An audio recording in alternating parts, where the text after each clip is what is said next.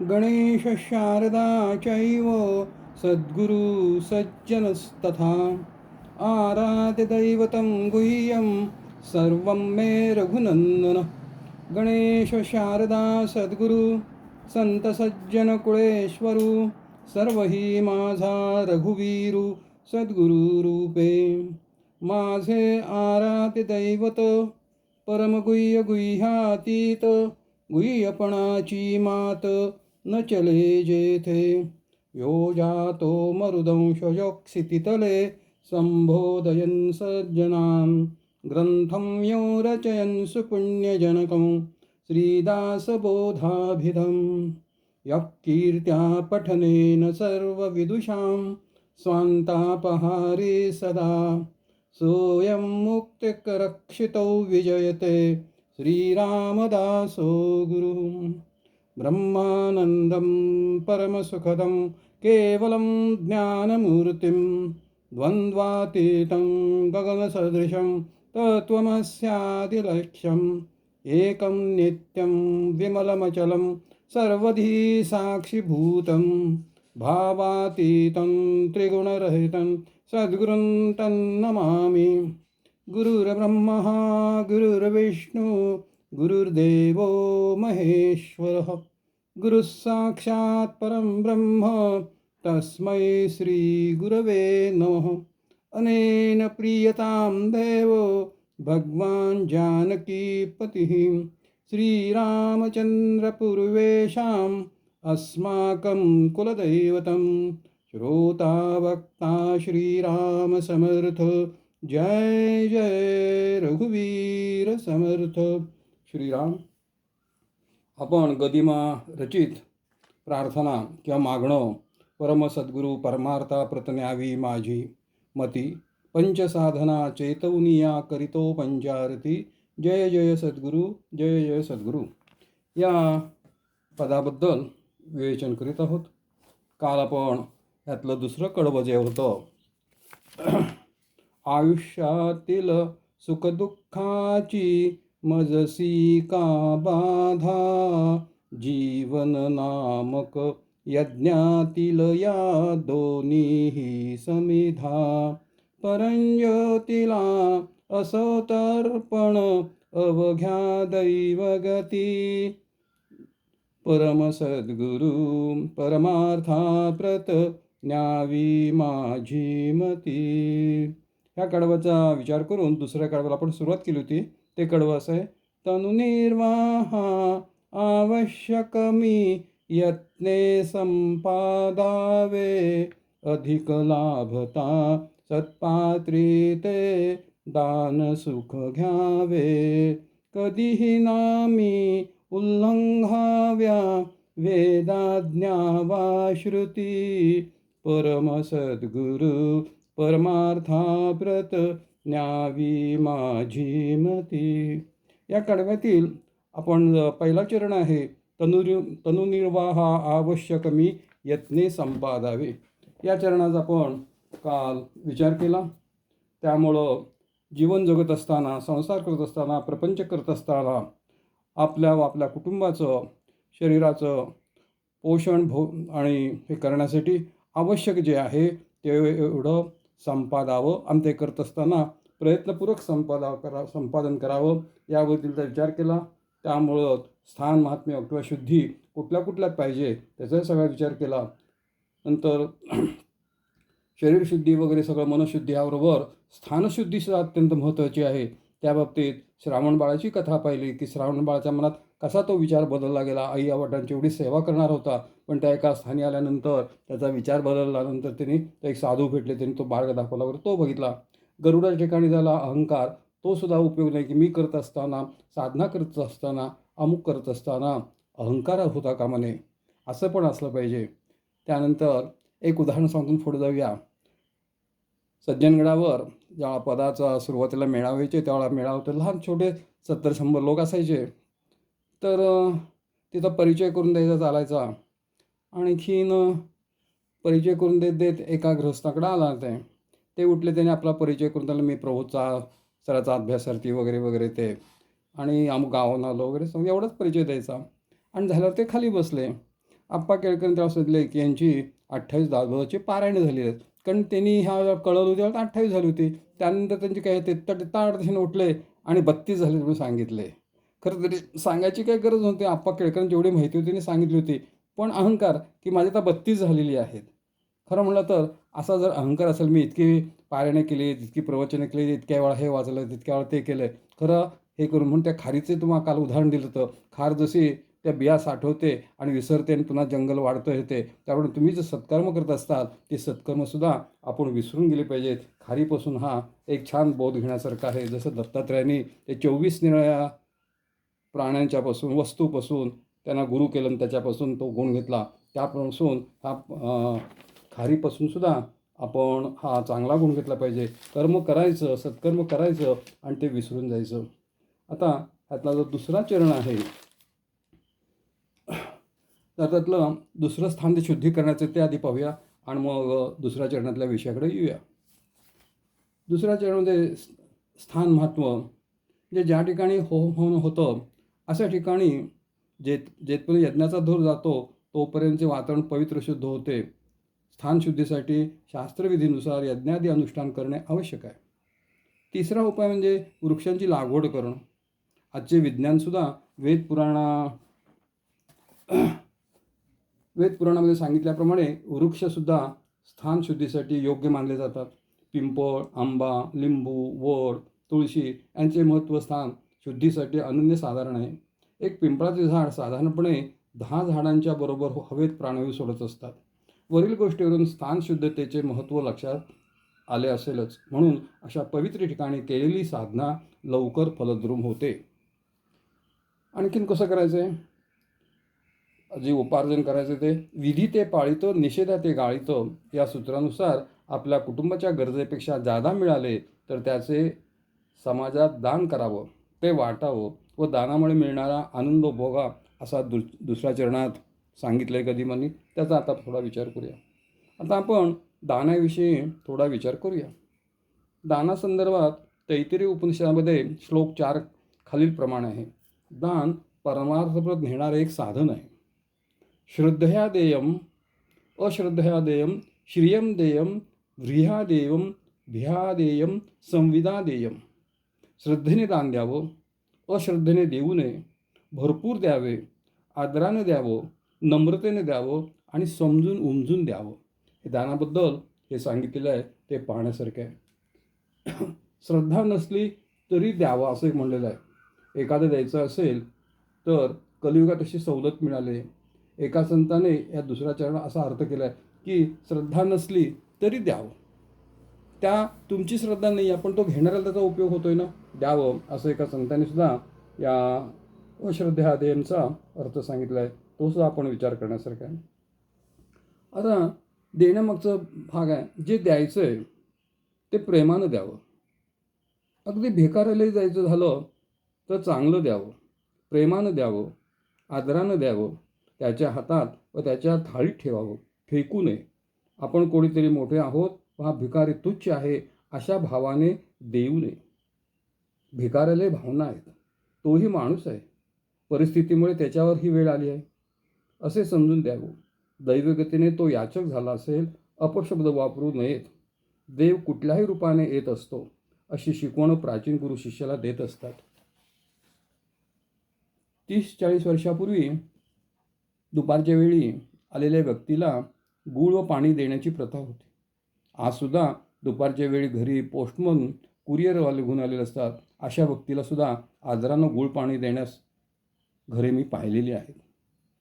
आणखीन भिकाराला देतानासुद्धा मी जेव्हा रेल्वेनं अपडाऊन करायचो त्यावेळी शक्यतो मला खिडकीजवळची जागा मिळायची. ती एक ट्रिक असायची की सांगलीत आम्ही बसतो आणि मिरजेला जागा खाली व्हायच्या.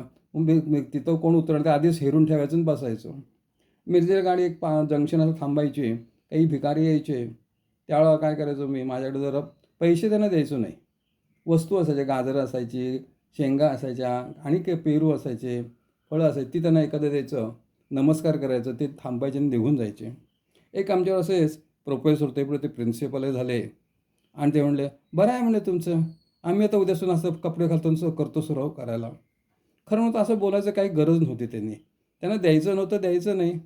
पण असं कशाला बोलायचं?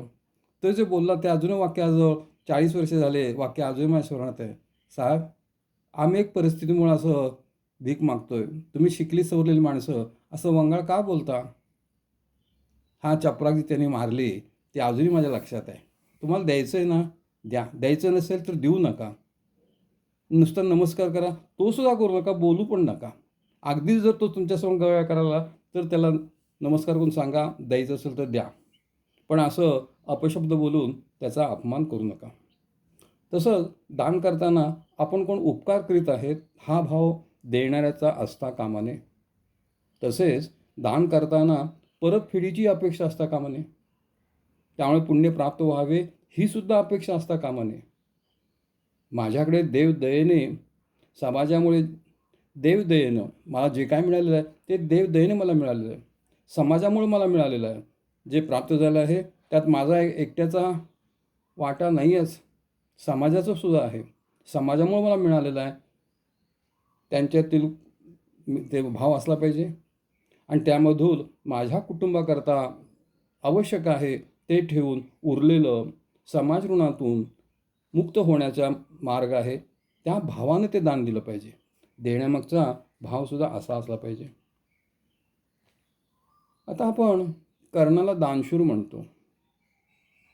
असेल काही बाबतीत, परंतु संपूर्ण कर्णाचं उदाहरण दानशूर म्हणता येणार नाही. एक घटना त्या घटने सांगितलं की आपल्या लक्षात येईल. महाभारताचे वास्तवदर्शनामध्ये सविस्तर वदा आठवलेंचं पुस्तक आहे. त्यामध्ये सविस्तर याचं वर्णन केलेलं आहे. महाभारतातील कर्णाच्या दानशूरत्वाला कवच कुंडले देताना त्याला विनाशकारक शक्ती काय आलं होतं की तो कोणाला दारात कोण येईल त्याला परत पाठवायचं नाही. त्याला तो दान द्यायचा आणि एकदा कट केला असे ते आणि त्याची जी कवचकुंडले आहेत ती काढून घ्यायची म्हणजे त्याचा नाश करता येईल असं म्हणून इंद्राने काय केलं, ब्राह्मणाच्या वेशात कर्णाकडे आला आणि त्यांनी कर्णाला त्याची कवचकुंडले मागितली. तेव्हा इंद्रच अर्जुनाला वासोटे आला आहे हे त्यांनी ओळखलं. कवचकुंडलाच्या बदल्यात त्यांनी इंद्राकडे वासवी शक्ती मागितली. परंतु ती वासवी शक्ती मागितली म्हणजे काहीतरी अपेक्षा केली नाही ह्याच्या बदली ते द्या. नंतर ती कवचकुंडलं काढताना सुद्धा त्याच्या शरीराला थोडा कुरूपता आला. ती कुरूपता दिसू नये ह्याची मागणी केली. ती त्या इंद्राने त्या ब्राह्मणवाला त्याला दिली वगैरे ते. म्हणजे मी देत असताना काहीतरी परत मिळावं ही तिथं त्याची वासना इच्छा दिसून आली. म्हणून वर जे आपण पाहिलं उदाहरण की देताना कुठल्याही परतफेडीची इच्छा असता कामा नये, ती मात्र या ठिकाणी अटी कर्णाकडून पाळली गेली नाही.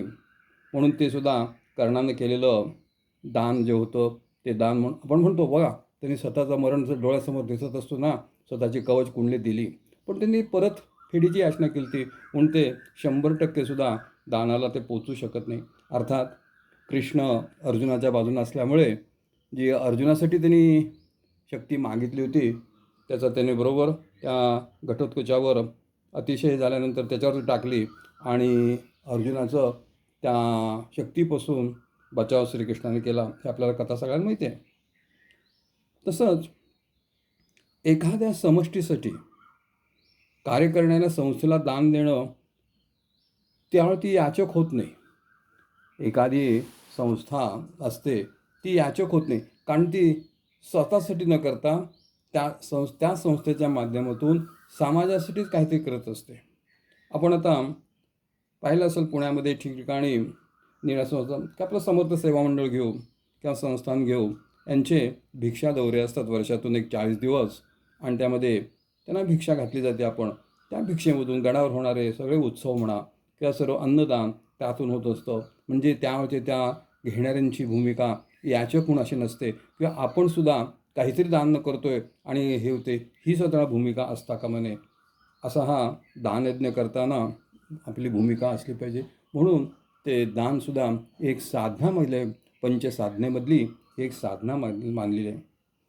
तर असा दानयज्ञ करताना वेद वा श्रुती यांच्या मर्यादेचे कधीही उल्लंघन होता कामा नये. वर जे आपण पाहिल्या मर्यादा त्या मर्यादेचं उल्लंघन होता कामा नये. असं दान केलं तरच ते खरं दान होतं. परमार्थाप्रत जाणारे ते साधन होईल. अशा पद्धतीने केलं तरच ते साधन होईल हे आपल्या लक्षात आलं असेलच. यावत कर्णाचे उदाहरण आपल्या डोळ्यात घालणारे चांगले अंजन ठरते. आपण बघतो थंडीचे दिवस असले की काही व्यापारी काही हे त्या रस्त्यावर झोपलेल्या गरीब असतात, स्टँडवर झोपलेले कोण असतात, त्यांना चादरी म्हणा, रग म्हणा असे पांघरून घालतात. आणि जाताना 2-4 माणसं फोटोग्राफरही घेऊन येतात आणि पेपरमध्ये बातमी येते. असे सुद्धा आपण पाहिलेले असतात. तर खरं म्हटलं तर हे ते दान नाही आहे. येशू ख्रिस्त म्हणतात की उजव्या हाताने केलेले दान डाव्या हाताला सुद्धा कळता कामा नये. पण असं जे आम्ही दान करतो त्यातून त्यांची गरज भागते. ज्याला ते दान देतात त्याची गरज भागते. परंतु त्या ठिकाणी प्रसिद्धीचा हेतू असतो, त्यामुळं ते दान खऱ्या अर्थाने दान होत नाही आहे. तर तुम्ही दान करत असताना अशी काही उदाहरणं आपण वर्तमानपत्रात पाहिलेली आहेत, वाचलेली आहेत की एक व्यक्ती अशीच उतरायची, गपचूप जायची, निघून जायची आणि रात्रीच्या फिरणाऱ्या एका व्यक्तीने हे पाहिलं. त्यांनी विचारलं, काय असं असं करतो म्हणून सांगितलं. तर त्यांनी पाहिजे बरोबर कोण हा एकटा व्यक्ती येते, गाडीतनं उतरते आणि त्यांना देते, निघून जाते. ते कोणी फोटो काढणार नाही, कोणी बरोबर नाही आहे हे पाहिलं. त्यांनी मग ते बातमी पेपरला दिली की असे मी काला जाताना पाहिलं वगैरे. हा भाग निराळा. परंतु देणाऱ्याची भूमिका मात्र तशी नव्हती की आपल्याला प्रसिद्धी मिळावी. दानाचे प्रकार आहेत, गीतेमध्ये सांगितलेले आहेत. देणारा दाता होतो आणि घेणारा दीन होतो, असं होतं कामा नये हे पाळलं पाहिजे. दानाचेही सात्विक, राजस, तामस असे 3 प्रकार आहेत. हे गीतेमध्ये दिलेले आहेत. गीता अध्याय 17 श्लोक 20, 21 आणि 22मध्ये या 3ही श्लोक पाहूया. जे दातव्यमिति यज्ञानं दीयते उपकारिणे देशकाले च पात्रे च तद्दानं सात्विकम स्मृतम. ह्या विषया श्लोकात सात्विक दान म्हणजे काय ते सांगितलं आहे. दान देणं हे आपले कर्तव्यच आहे. अशा भावनेने देश, काल व प्राप्त झाल्यानंतर अनुपकार्याला सुद्धा दिलं जाते, ते सात्विक दान असं म्हटलं जातं.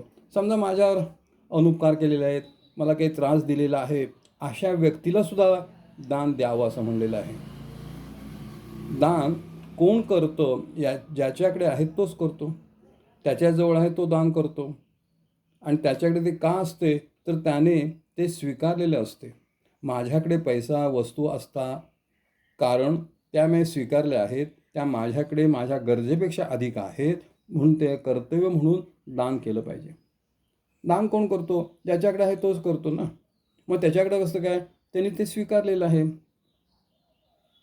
अर्थार्जन म्हणून येते आणि त्याच्या गरजेपेक्षा त्याला जादा उरलेलं आहे, म्हणून त्याने दान करायचं आहे. पण दान करताना सुद्धा उपकाराची भूमिका असू नये किंवा मला काहीतरी परत मिळावं म्हणूनही दान करू नये. दान देणं हे कर्तव्य ठरल्यावर ते कोणाला द्यावे हा प्रश्न निर्माण होतो. ज्याला गरज आहे त्याला दान द्यावं असं एक उत्तर येतं की ज्याला गरज आहे त्याला द्यावं. ज्याला गरज नाही आहे त्याच्याकडे कशाला द्यायचं असा आपला विचार मनात येतो. ज्याने माझ्यावर पूर्वी कधीही उपकार केले नाहीत किंवा भविष्यात कधीही करण्याची शक्यता नाही, अशा व्यक्तीला, अशा संस्थेला दान द्यावं. परतफेड म्हणून कधीही दान देऊ नये. मी आज देतोय त्याचं मला काहीतरी मिळेल, पुढल्या जन्मी मिळेल, पुण्य होईल, हा हेतूसुद्धा माझ्या मनात असता कामा नये. ज्याने आपल्याला मदत केली आहे त्याला देऊ नये का अशी शंका मनात येईल. समजा माझ्या संकटकाळी मला मदत केलेली आहे, आता माझे दिवस चांगलेले आहेत, मग अशा व्यक्तीला मी परत त्याला दान देऊ नये का असं मनात येऊ होते. ठीक आहे, करायला हरकत नाही, त्यावेळेस म्हणतात मदत त्याला करावी, पण उपकारची भावना असू नये. त्यांनी मला दिलं होतं म्हणून मी आता त्याला देतोय, ही जी उपकाराचा अहमपणाचा जो भाव असतो ना, तो सुद्धा त्या ठिकाणी देताना असता कामा नये. असं जर केलं तर ते राजसदान होतं. म्हणजे उपकार, मला त्याने उपकार केलेला आहे, मदत केलेली आहे, मग आता मी त्याला माझे चांगले दिवस आलेत म्हणून त्याला मी देतोय, ही भूमिकासुद्धा असू नये, की कर्तव्य आहे, माझी आज परिस्थिती चांगली आहे, त्याला मी हे दान देतो, ही भूमिका असली पाहिजे. आणखीन काय पुढची गोष्ट कसं आहे, आवश्यकतेच्या वेळी जरुरीची वस्तू देणं, ज्याला गरज आहे त्याच्यावेळी त्याला देणं हे महत्त्व आहे. जी त्याच्याजवळ नाही ते देणं महत्त्वाचं आहे. या सृष्टीतील सर्व वस्तू सर्वांच्या आहेत, आपल्या केवळ व्यक्तिगत मालकीच्या नाहीत, हा भाव सतत दान करताना असला पाहिजे, तर ते सात्विक दान म्हणता येईल. मग असं दान असेल तर तेच परमार्थाव्रत नेण्यास मार्गदर्शन होणार आहे, किंवा ते साधन म्हणून त्याचा उपयोग होणार आहे. गीता श्लोक 21मध्ये राजस दानाबद्दल सांगितलं आहे. परतफेडीच्या हेतूने किंवा ज्याला दान दिले जाते त्यासाठी भविष्यात आम्हाला मदत करावी अशी फळाची इच्छा ठेवून केलेले दान हे राजस दान. सात्विक दानाच्या वेळी ज्या गोष्टी शास्त्रानुसार कराव्यात त्या गोष्टींचे पालन करूनच ते दान करील, परंतु परतफेडीच्या लालसेने केलेले दान राजस दान होईल, ते परमार्थाप्रत नेण्यास उपयोगी पडणार नाही. तिसरा एक दानाचा प्रकार सांगितला आहे, तामस दान. गीताध्यायातला 22वा श्लोकामध्ये आहे, जे दान देताना आदरपूर्वक दिले जात नाही. आता मगाशी ते प्रवासाचं म्हणतात ना, भिकाऱ्याला समजा असं म्हणून देणार असेल तर कित्येक वेळा ज्याला दान देतो त्याचा पाण उतारा करून देतो. हाय बरं आहे, आम्ही आता उद्यापासून असंच कपडे भरतो म्हणून त्याच्या हातात काहीतरी टिकवायचं, ते तामसदान होईल. अयोग्य काल अपात्र व्यक्तीला जे दान दिलं जातं ते तामसदान असे म्हणतात. हे दानही परमार्थाप्रत नेण्यास उपयोगी पडत नाही. दानाविषयी विशेष लक्षात ठेवण्यासारख्या काही गोष्टी आहेत, त्या पाहूया. अन्न, पाणी आणि वस्त्र, औषध ह्या 4 वस्तू देताना पात्राचा विशेष विचार करू नये. दुसऱ्याच्या आवश्यकतेचा विचार करावा, त्याला आज आवश्यकता आहे ना द्यावं. भुकेलेला अन्न, तहानलेला पाणी, वस्त्रहीनास वस्त्र व रोग्याला औषध द्यावंच आहे. कुपात्र व्यक्तीला इतके अन्न पाणी देऊ नये की त्यामुळे हिंसा पापा प्रवृत्त होईल. जर एखादा हिंसक माणूस भुकेने तडफडत असेल तर त्याचा प्राण रक्षणापुरते अन्न पाणी द्यावे. मात्र तो जो भगवत भक्त आहे तो पात्राचा विचार न करता सर्वत्र देवच आहे या भावनेने देतच असतो, म्हणून तो दान म्हणून न करता कर्तव्य पालन म्हणून करत असतो. दानाचा विचार करताना शिबीराजा, दधीची यांच्या कथा आमचे आदर्श असले पाहिजेत. दान हे परमेश्वराप्रत जाण्याचे साधन व्हावे अशी आपली कामना असेल तर साधकांची वृत्ती कशी असावी यावर ज्ञानेश्वरांनी अध्याय 13 श्लोक 7वरील ओवी क्रमांक 205 ते 209 मध्ये छान उदाहरणं दिली आहेत, ती आपण पाहूया. एखाद्या खट्याळ गाय आलेल्या पान्हा चोरते. एखादी खट्याळ गाय असते, तो आलेला पान्हा चोरते, किंवा वेश्या आपले वय लपवते, किंवा रानात सापलेला श्रीमंत जशी आपली श्रीमंती मिरवत नाही. एखाद्या कुलीन स्त्री आपले सर्व अवयव नीट झाकून ठेवते, किंवा शेतकरी शेतात पेरलेले बी झाकून ठेवतो, तसे आपण केलेले दान गुप्त ठेवले तरच त्याचे साधनेत रूपांतर होतं. किती सुंदर उदाहरण माऊलींनी ह्याच्या संदर्भात दिले, दानासंदर्भात कसं दान करावं त्या दृष्टीने पाहण्यासारखं आहे. आता आणखीन थोडा विचार दानाबद्दलचा आहे, तोही पाहूया. गीता अध्याय 16 श्लोक 1, 2 व 3 मध्ये ज्या 26 दैवी संपदेचा उल्लेख केला आहे त्यामध्ये दान याचा दैवी संपदा म्हणून उल्लेख केला आहे. ज्या वस्तू किंवा धन इत्यादी लौकिक अर्थाने आपल्या आहेत व स्वकष्टाने मिळवलेल्या आहेत व त्या संपादन करताना नीतिधर्माचे पालन केले आहे, अशाच वस्तू योग्य म्हणजे पात्र व्यक्तीला योग्य वेळी परिस्थितीनुसार आवश्यकतेनुसार देणे म्हणजे दान. आम्ही एक संस्था काढलेली आहे गडिंग्लजमध्ये, आधार वड म्हणून. त्यामध्ये वर्षाला एक ठराविक रक्कम द्यावी असं एक हे केलेलं आहे. पण त्यातली पहिलीच अट आम्ही इथे घातलेली आहे की जे दान द्यायचं आहे ते दान मी स्वकष्टाने मिळवलं असलं पाहिजे, अपमार्गाने मिळवलेलं नसलं पाहिजे, आणि आज समजा पूर्वी मी दान अपमार्गाने केलाच, पण आज मी ह्या आधारवड संस्थेला देणार आहे, तर आजपासून मी अपमार्गाचा मार्गाने अर्थार्जन करणार नाही, ही प्रतिज्ञा करून स्वकष्टाचं दान द्यायचं आहे. अपमार्गाने दान घ्यायचं नाही, टेबलाखालून घ्यायचं नाही. ही जी पद्धत असते कार्यालयामध्ये, असं दान देऊ नये असं सांगितलं होतं. ती जवळजवळ आज ते 10 वर्षांनी ते संस्थेचं काम पुन्हा आता जोरात सुरू झालेलं आहे. तर दान देतानासुद्धा स्वकष्टाने दिलं पाहिजे. दान पुष्कळ प्रकारचे आहेत. दानंसुद्धा पुष्कळ जे आपल्याकडे ते द्यायचं. एक उदाहरण आठवतं.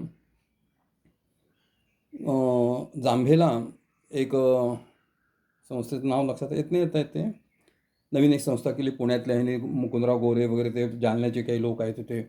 आणि एका व्यक्ती तिथं ते जे कार्य मोठं होणार होतं, चैतन्य विद्यापीठ, तर ते होणार होतं. तर त्या व्यक्तीला का आपण त्या संस्थेसाठी जागा द्यावी, पण त्याच्याकडे तर जागा नव्हती आणि तो होता परगावचा. त्या जांभेमध्ये जागा नव्हती. मग त्याने चौकशी केली. तिथल्या व्यक्तीकडनं एक 3 एकर जागा त्यांनी विकत घेतली, काय जो असेल योग्य दर असेल त्याप्रमाणे. आणि मग ती दान त्यांनी त्या संस्थेला दिली, चैतन्य विद्यापीठाला. असं सुद्धा दान करता येतं. ते भूमिदान करावं सांगितलेलं आहे, गोदान सांगितलेलं आहे, सुवर्णदान सांगितलेलं आहे, अन्नदान सांगितलेलं आहे, वस्त्रदान सांगितलेलं आहे, विद्यादान सांगितलेलं आहे इत्यादी. या सर्वात अन्नदान सर्वात महत्त्वाचं मानलं जातं. मात्र या सर्वात आणखीन एक श्रेष्ठ दान आहे, म्हणजे ते अभयदान. अभयं सत्त्वसंशुद्धीर श्लोक आहे तोच. त्यात त्यांनी अभयाला पहिलं स्थान दिलं आहे. हे सर्वात श्रेष्ठ दान मानलं जातं. अभयदानाचे 2 प्रकार आहेत. संसारातील विघ्ने, संकटे, परिस्थितीमुळे भयभीत असलेल्यांना आपल्या सामर्थ्यानुसार भयरहित करणे, आश्वासन देणे, मदत करणे हे अभयदान. दासबोधे वृक्षी वृडासी धरावे असं म्हणलेलं आहे. जे भित्रे आहेत, ऐन संकटावेळी झाडावर चढून जर बसणार असते, तर अशांना अभय द्यावं हे महत्त्वाचं आहे. त्याच्या संसारातील सांसारिक गोष्टीशी संबंधित असते असं मदत करणं, हे सुद्धा दानाचा एक प्रकार होतो. आणि दुसरा प्रकार म्हणजे संसारात फसलेल्यांना जन्ममरणाच्या फेऱ्यातून दूर करण्यासाठी भगवंताच्या कथा ऐकविणे, त्याचे कल्याण होईल या दृष्टीने, भक्तिमार्गाची गोडी लागेल या दृष्टीने आध्यात्मिक ग्रंथांचे वाटप करणं, हे सुद्धा ह्या दुसऱ्या प्रकार अभयदानामध्ये मोडू शकतं. असा हा दानाचा बराचसा भाग आपण पाहिला. आता आपण तिसऱ्या कडव्याचा विचार करूया. तिसरं कडवं पाहूया. जगत दिसावे जगन्नाथमय, त्याची करिता सेवा, अहंपणाचा भाव मानसी मुळीनी उपजावा. तपस्साधने नमवामे मी, मात्र विद्ये प्रती, परम सद्गुरु परमार्थाप्रत न्यावी माझी मती. तर असं तिसऱ्या कडव्यामध्ये जगत दिसावे जगन्नाथमय, त्याची करिता सेवा. तर सेवा दानाचं बघितलं, तिसरं जे साधन आहे त्यामध्ये सेवा हे सांगितलेले करावी येते. आणि तप ह्याचा उल्लेख केलेला आहे. आणि अविद्या हे 3 शब्द या कडव्यामध्ये येतात. की मी सेवा करत असताना सर्व जग हे देवस्वरूपच आहे, भगवंत स्वरूपच आहे, अशा पद्धतीने सेवा करतावी. सेवा करताना मी कोणतरी सेवा करणार आहे आणि दुसरा कोणतरी उपकृत आहे, त्याला मी उपकृत करतो आहे अशी भावना असू नये. आणि हा अहंपणाचा मी करणारा कोणतरी आहे हा भाव त्याच्या ठिकाणी असू नये. आणि ही एक तपसाधना आहे. तिला अविद्येने, अहंकाराने नमवावं, अज्ञानाने जो आमचा भाग असतो तो दूर करून ती सेवा करावी, असा वरवरचा अर्थ होतो. याचा थोडा अधिक विचार ह्या करूया. आध्यात्मिक शास्त्रात जीव, जगत व जगदेश्वर असे शब्द आहेत. त्याचा या कडव्याच्या दृष्टीने विचार करूया. प्रथम जीव म्हणजे काय ते पाहूया. जीव म्हणजे प्राण, जीवात्मा या 2 अर्थाच्या दृष्टीने विचार करूया. जगत, ईश्वर परमेश्वर, विष्णू, जंगम, चलवस्तू असे अर्थ याचे आहेत. जंगम म्हणजे चलवस्तू या दृश्य सृष्टीच्या चालक, नियंता म्हणजे जगदेश्वर. हे सारे दृश्य जग, ही सारी सृष्टी, त्यामध्ये असणारे सारे प्राणी, यांच्यामध्ये असणारे आत्मतत्व म्हणजे जीव. देह उपाधित आत्मा म्हणजे जीव वा जीवात्मा. माझा देह, त्या देहामध्ये जसे आत्मतत्व आहे तसंच ते साऱ्या प्राणीमात्रात आहे. त्या दृष्टीने माझ्यात इतर सर्व प्राण्यात तत्व म्हणून फरक नाही. ते व मी एकच आहे हा भाव सतत जागृत असला पाहिजे. म्हणजे सारे जग, सारे हे विश्व ईश्वरच, जगन्नाथच आहे असा दृढभाव सतत जागृत असला पाहिजे. मी जे कर्म करीत आहे ते भगवंताचे कर्म करीत आहे. जे काम करीत आहे ते ईशकाम आहे. जीव भावे ईश सेवा. जे विवेकानंद सांगायचे तोच भाग येतो तो, की जीव भावे ईश सेवा. आणखीन ज्यावेळा मी ह्या माझ्या जे आत्मतत्व आहे तेच दुसऱ्यात तत्व आहे ह्या भावनेने एखादा सेवा करतो, त्यावेळा मीच मला सेवा करून घेतो आहे, मीच अनेक रूपाने नटलो आहे, ही भूमिका आपल्यात निर्माण झाली पाहिजे. जसे परमहंस म्हणायचे, त्यांना कॅन्सरमुळं खाता यायचं नाही या, तर ते म्हणायचे की तुम्हा सर्वांच्या रूपानं मीसुद्धा जेवत आहे, खात आहे, ही भूमिका असते. तुम्ही जरी खात असाल तर मीच खात आहे, मीच जेवत आहे, ही भूमिका असली पाहिजे. सेवा करत असताना मी लोकांची सेवा करत नसता ती माझी सेवा करून घेतो आहे, ही भूमिका असली पाहिजे. म्हणजे अहंकार निर्माण होत नाही. आता आणखीन थोडं आपण सेवेचं बघूया. मी ज्या क्षेत्रात काम करीत आहे त्यामध्ये जे काम करीत आहे ते या भावनेने केलं पाहिजे. मी नोकरी करत असेन, शिक्षक असेन, कारकून असेन, इंजिनियर असेल, त्याचा मला यथोचित मोबदला मिळणारच आहे. माझ्या लायकीनुसार, माझ्या अनुभवानुसार, माझ्या सेवेच्या दृष्टिकोनातून मला त्याचं हे मिळणारच आहे. परंतु हे करत असतानासुद्धा ते मी काम करत आहे ती सेवा होणे. आता एक प्रत्यक्ष उदाहरण पाहूया आणि ह्याच्याबद्दल थोडा अधिक विचार करूया. कसं करावं हे काम, एक दोन उदाहरणे घेऊन समजून घेऊया आपण. समजा मी शिक्षक आहे, तेव्हा विद्यार्थ्यांना चांगल्या प्रकारे प्रामाणिकपणे शिकवणे हे माझे आद्य कर्तव्य आहे. परीक्षेचे पेपर तसणे काम करत असताना प्रामाणिकपणे करणं, अपमार्गाचा वापर न करणं, हे काम करण्याबाबत मला योग्य ते वेतन मिळणार आहे, त्यात समाधानी राहून मी काम केलं पाहिजे. हे शिक्षक नात्याने करणाऱ्याची सेवा ही परमेश्वराची सेवा आहे, हीच देशसेवा आहे. त्यासाठी प्रत्येकाने सैन्यात भरती होण्याची गरज नाही. असे जो ज्या क्षेत्रात जे काम करीत आहे असेल त्याबाबतचे म्हणता येईल की ज्या क्षेत्रात मी काम करतो आहे ती एक प्रकारची ईशसेवाच आहे, प्रामाणिकपणे केलं पाहिजे. पण समाजात जर पाहिलं तर याच्या विपरीत दृश्य आपल्याला दिसतं. अलीकडेच ह्या 15-20 दिवसाची घटना आहे, UP मधली आहे.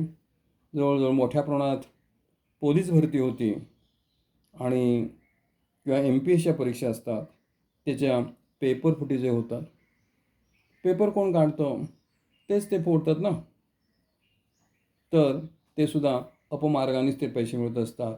तर असं सुद्धा होतं नाही. म्हणजे ती सेवा ह्याच्यात मोडणार नाही. ते एक घटना आठवते 40-50 वर्षापूर्वीची, जास्तीत 60-70 वर्षापूर्वीचे.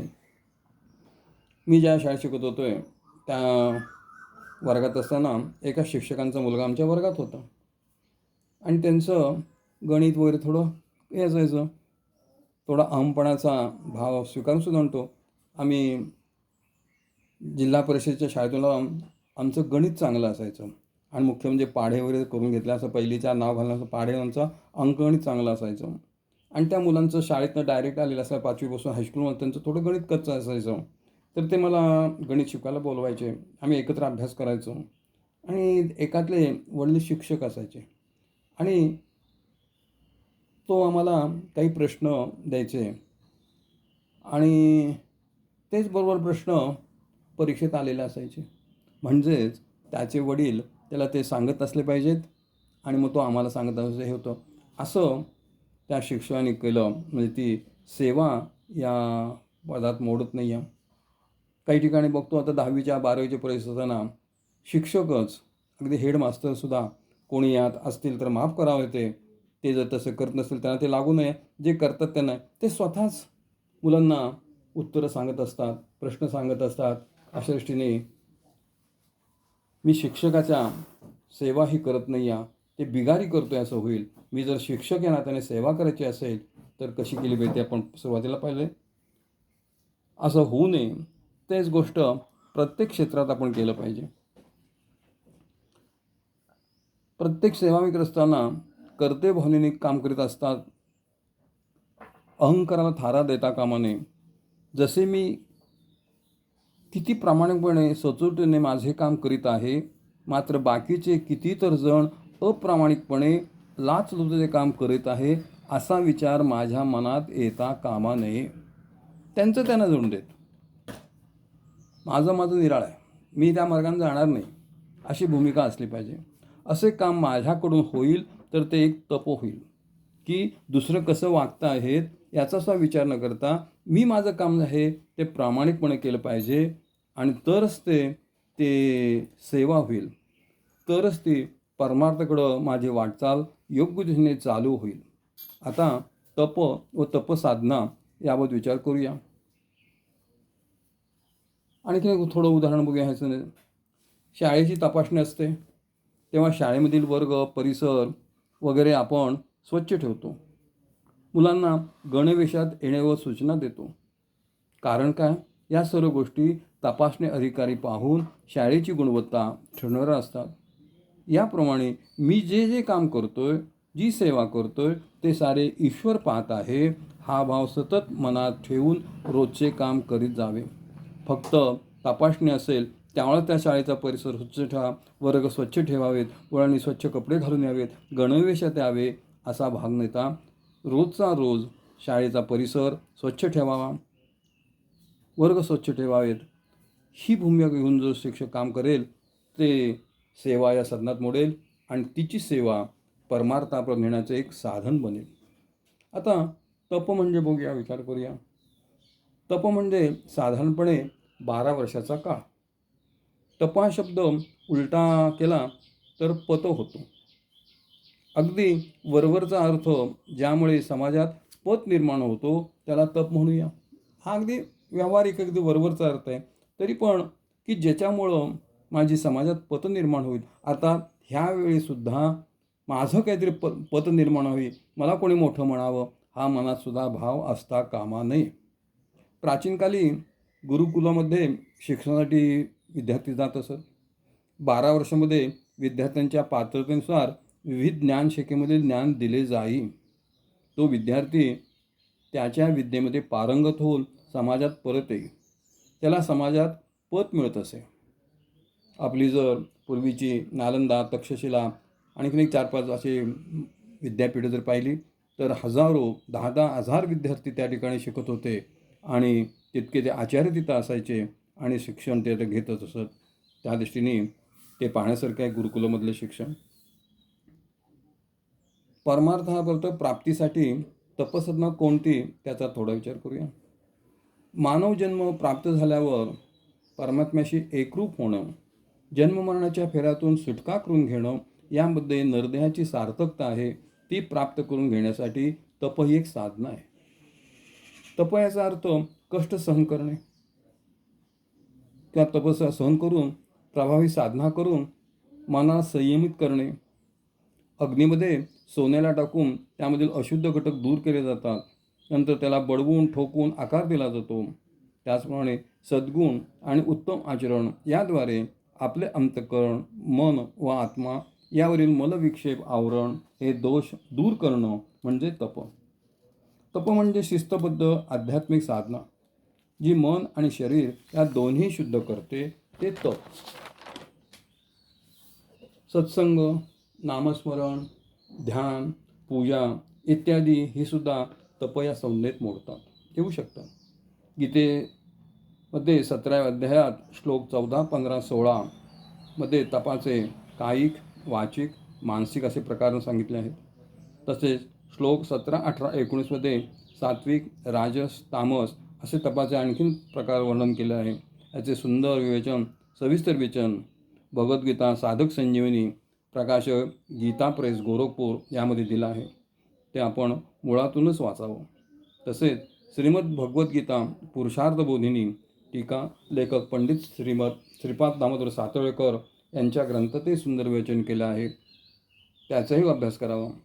आता ह्या सातोळकरांचं पुस्तक एखाद्या वेळेस अप्राप्त असेल, परंतु गोरखपूरचं पुस्तक होतं साधक संजीवनी, मराठीत पण आहे, हिंदीत पण आहे. आणि त्यांचं हिंदीसुद्धा माझा अनुभव असा आहे की ते मला मराठीत वाचल्यासारखं, इतकी सोपी भाषा त्या कल्याण मासिकाची असते किंवा सर्वच गोरखपूरच्या प्रकाशनाची हिंदी जरी असली तर इतकी सहज सोपी मराठी वाचल्यासारखी सोपी आहे. मराठीत मिळालं तर उत्तम, हिंदीत मिळालं तरी ते वाचायला हरकत नाही आहे. आता शारीरिक तप देव, ब्राह्मण, गुरु, माता, पिता, आचार्य तसेच वृद्ध आपल्यापेक्षा जे श्रेष्ठ आहेत यांचे पूजन करणे, शुचिर्भूत राहणे, सरळ वागणे, ब्रह्मचर्य, अहिंसा पाळणे याला शारीरिक तप असे म्हणता येतं. आता एक मागे एका ठिकाणी कुल्ला सेन 1934 घटना आहे. त्यावेळेला त्यांनी भक्त पुंडलिक हे नाटक किंवा सिनेमा पाहिला होता. 10 वर्षाचा मुलगा होता, त्या धुळे भागातलाच येते. आणि त्या इतका त्याच्यावर प्रभाव झाला, जसं संत तुकारामाचं भूमिका करणे पागनीस, ती भूमिका करण्यापूर्वी अतिशय व्यसनी होते, परंतु ते 6 महिने त्या भूमिका करण्यानंतर अक्षरशः तुकारामाचे जगले. आणि त्यानंतर त्यांचा इतका बदल झाला, त्यांची जी व्यसनं होती, वागणं होतं ते पूर्णपणे बदललं. आणि आज जो आपण संत तुकारामाचा जो फोटो पाहतो तो त्यांचाच फोटो आहे, त्या पागनीसांचा. इतका बदल झाला की त्याचप्रमाणे हा जो मुलगा होता, हा मुलगा त्या व्यसनी नव्हता, पण त्याच्यावर तो भक्त पुंडलिक त्या नाटकाचा इतका परिणाम झाला की आपणसुद्धा आपल्या आईवडिलांची पूजा केली पाहिजे म्हणून तो दुसऱ्या दिवशी बसून अंघोळ केली की आईवडिलांचा पूजा करायचा, नमस्कार करायचा. आणि त्यांनी एक व्रत म्हणून सुरू केलं. नंतर तो मोठा झाला, नंतर नोकरीसाठी त्याची अफगाणिस्तान बदली झाली, कंपाऊंडर म्हणून तो होता काही वर्ष. मग आता ते आईवडील प्रत्यक्ष नाहीत, तर त्यांनी आईवडिलांचे फोटो नेले तिथे आणि फोटोंची पूजा करायचा. नंतर पुन्हा तो इकडं आला, धुळे नंदुरबार त्या मूळ गावाला, पुन्हा त्याचं व्रत सुरू झालं. आणि इतकी त्याला प्रसिद्धी मिळाली की परदेशी इंग्रजी वृत्तपत्राचे वार्ताहरसुद्धा येऊन त्याची माहिती घ्यायले, त्याचे फोटो घ्यायले, त्याच्या कार्याची माहिती घ्यायले. आणि इंग्रजी वृत्तपत्रात अगदी लंडन परदेशातसुद्धा त्याची माहिती गेली. इथले जे त्यावेळचे शंकराचार्य होते ते सुद्धा त्यांना त्या भेटून आले होते की केवळ साधी आईवडिलांची पूजा करणं, शारीरिक तप जे म्हणलेलं आहे, शारीरिक तप त्या माता पिता आचार्यांचे साधी तो रोज पूजा करायचा. आणि त्याचं महत्त्व एवढं वाढलं होतं. अर्थात मला प्रसिद्धी मिळावी, माझा वाहवा व्हावा, माझा वर्तनपद यावं अशी भूमिका नव्हतीच. त्या भक्त पुंडलिकाचा जो आचरणाचा परिणाम झाला त्यातून हे केलं होतं, हे पाहण्यासारखं आहे. आता शारीरिक तपाचं उदाहरण पाहिलं. शुद्धता ठेवणे याचासुद्धा शारीरिक तपामध्ये समावेश केला आहे. शारीरिक शुद्धीने अंतःकरण शुद्धी होते. अहिंसावत सर्व प्रकारच्या हिंसेचा विचार येतो. केवळ शस्त्राने किंवा अन्य मार्गाने दुखापत करणे हे तर येतेच, एखादी करणं येते, परंतु स्वार्थ, क्रोध, लोभ, मोह यामुळे सुद्धा हिंसा होते. उदाहरणार्थ आपल्या स्वार्थासाठी कोणाच्या धनाचा अपहार केला, त्याचे नुकसान केले तर ती स्वार्थासाठी केलेली हिंसाच आहे.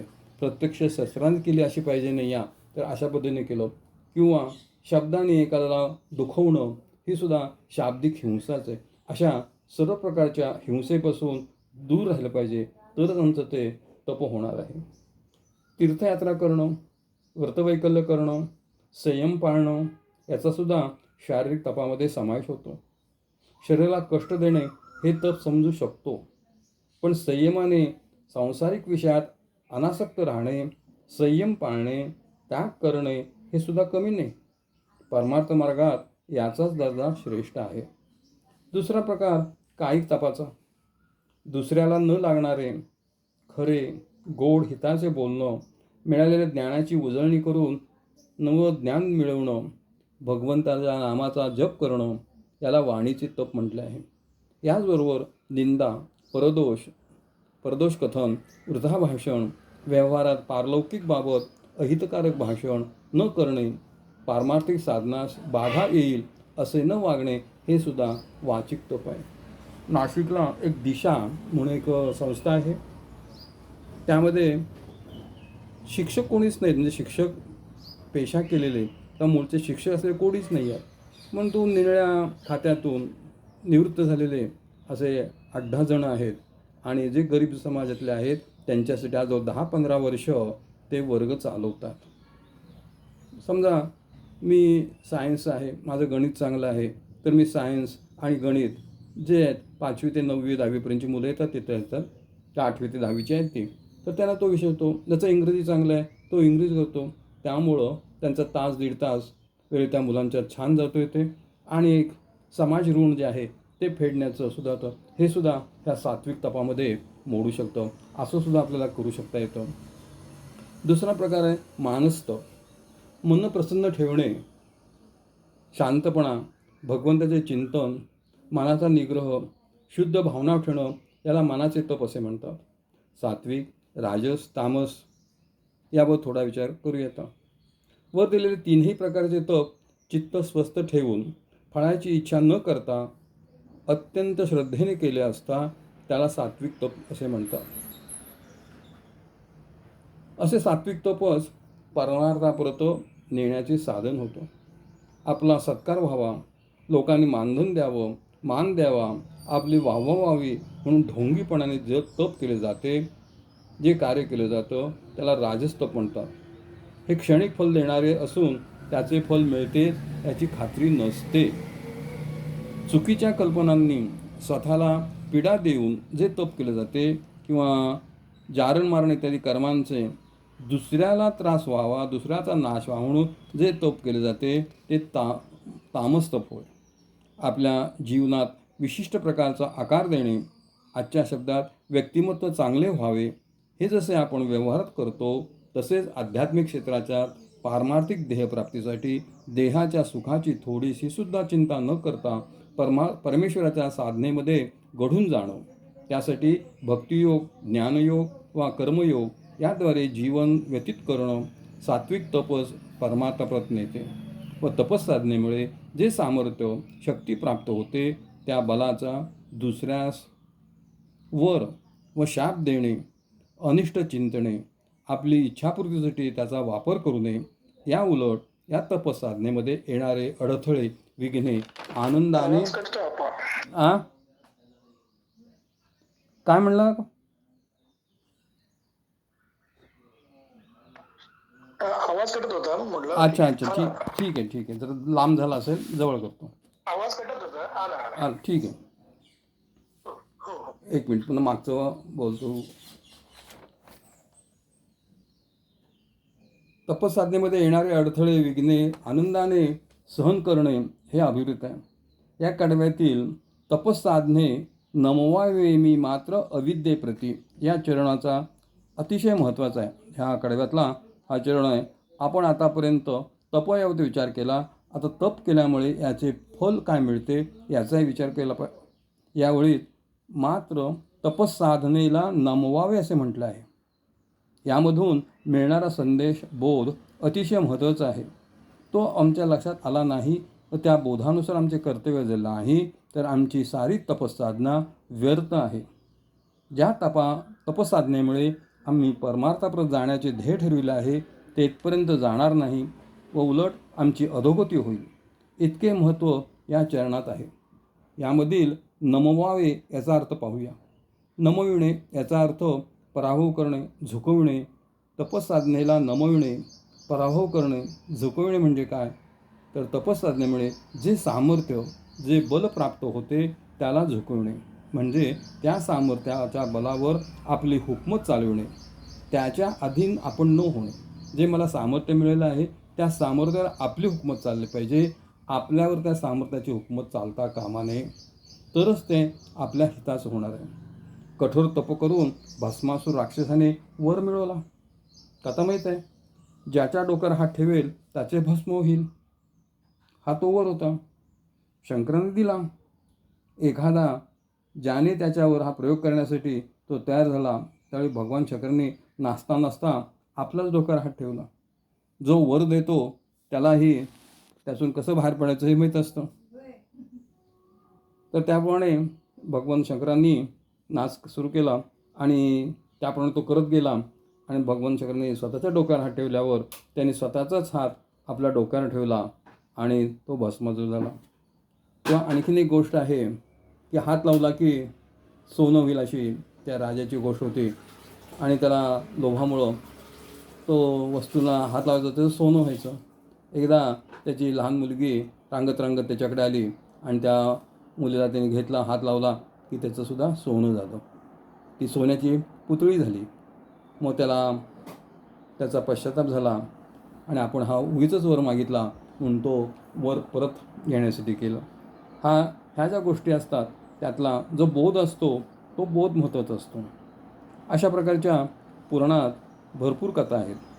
कठोर तप करून सामर्थ्य प्राप्त केले, परंतु त्याचा वापर व्यक्तिगत स्वार्थासाठी केला, त्यामुळे ते सामर्थ्य त्यांच्याच नाशास कारणीभूत झाले.